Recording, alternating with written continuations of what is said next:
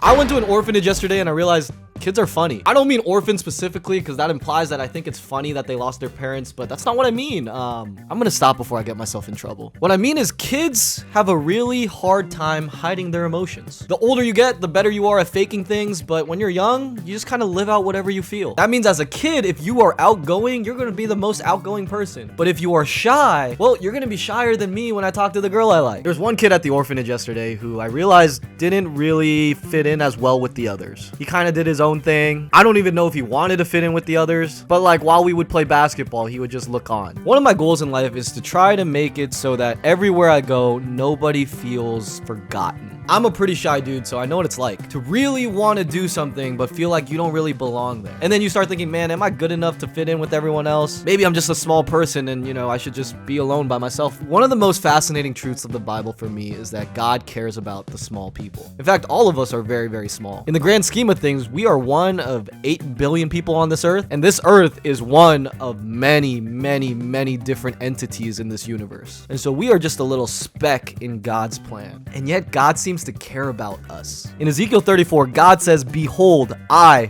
myself will search for my sheep." It's a crazy statement. God could get other people to help his people, but he states here that he himself is going to do the work of reaching his people. He's going to do the work to reach the least of us. Whether it's the inadequacy I feel when I talk to a girl I like, or it's the shy kid looking on while we play basketball, God sees all of us and sees through us, and he loves us enough to say he is going to come and reach us. That is the love of God for you and me. I may be small, I may be looking on as other people play basketball, but God sees me.